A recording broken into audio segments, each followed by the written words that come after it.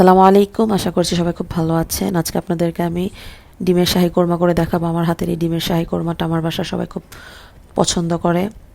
আপনারাও হুবহু আমার রেসিপিটা ফলো করে বানালে টেস্টটা অনেক ভালো আসবে, আমি গ্যারান্টি দিয়ে বলতে পারি। ফার্স্টে আমি 4টা ডিম ঘির মধ্যে ভেজে নিলাম। এই রান্নাটা পুরাটাই ঘি দিয়ে করতে হবে, তাহলে বেটার টেস্ট আসবে। এই তো ডিমগুলো উঠিয়ে নিচ্ছি, তারপর ঘির মধ্যে 1 মুঠ পরিমাণ পেঁয়াজ দিয়ে দিলাম। পেঁয়াজগুলো ব্রাউন ব্রাউন করে ভেজে নিব। এই তো আমার পেঁয়াজগুলো ব্রাউন করে ভাজা কমপ্লিট। তারপর 1 টুকরো তেজপাতা, 2 টুকরো দারচিনি, এলাচ আর কিছুটা গোলমরিচ দিয়ে দিচ্ছি 4-5টা পরিমাণ। এই তো দিয়ে ভেজে নিচ্ছি। তারপর 1/2 চা চামচ আদা রসুন বাটা দিয়ে দিলাম। এর মধ্যে আদা রসুন বাটাটা কম দিলেই টেস্টটা অনেক ভালো আসে।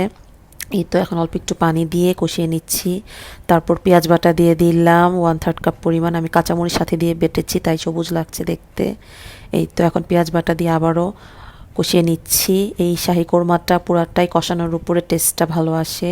যত কষাবেন তত কাঁচা গন্ধ চলে যাবার টেস্টটা ভালো আসবে। তারপর 1/2 চা চামচেরও কম মরিচ গুঁড়া, জিরা গুঁড়া, ধনিয়া গুঁড়া দিয়ে দিলাম। দিয়ে আবারও কষাচ্ছি। তারপর স্বাদ মতো লবণ দিয়ে দিলাম। এই তো দিয়ে মিক্সচার করে নিচ্ছি। তারপর 2 টেবিল চামচ কাঠবাদাম বাটা দিয়ে দিব। আপনারা চাইলে যে কোনো বাদাম বাটা দিতে পারেন। এই তো দিয়ে আবারও কষাচ্ছি। কষানো হয়ে গেলে আমি এখানে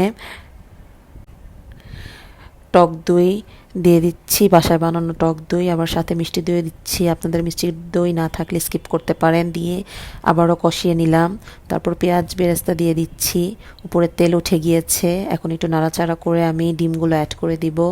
এই তো আমি 4টা ডিম অ্যাড করে দিলাম। আপনারা যে পরিমাণে ডিম নেবেন সেই পরিমাণে মশলা বাড়িয়ে কমিয়ে দিবেন। আমি 4টা ডিমের আন্দাজে সব মশলা দিয়েছি। এই তো আমি এখন ডিমের সাথে ভালো মতো মশলাটা মিক্সচার করে নিচ্ছি।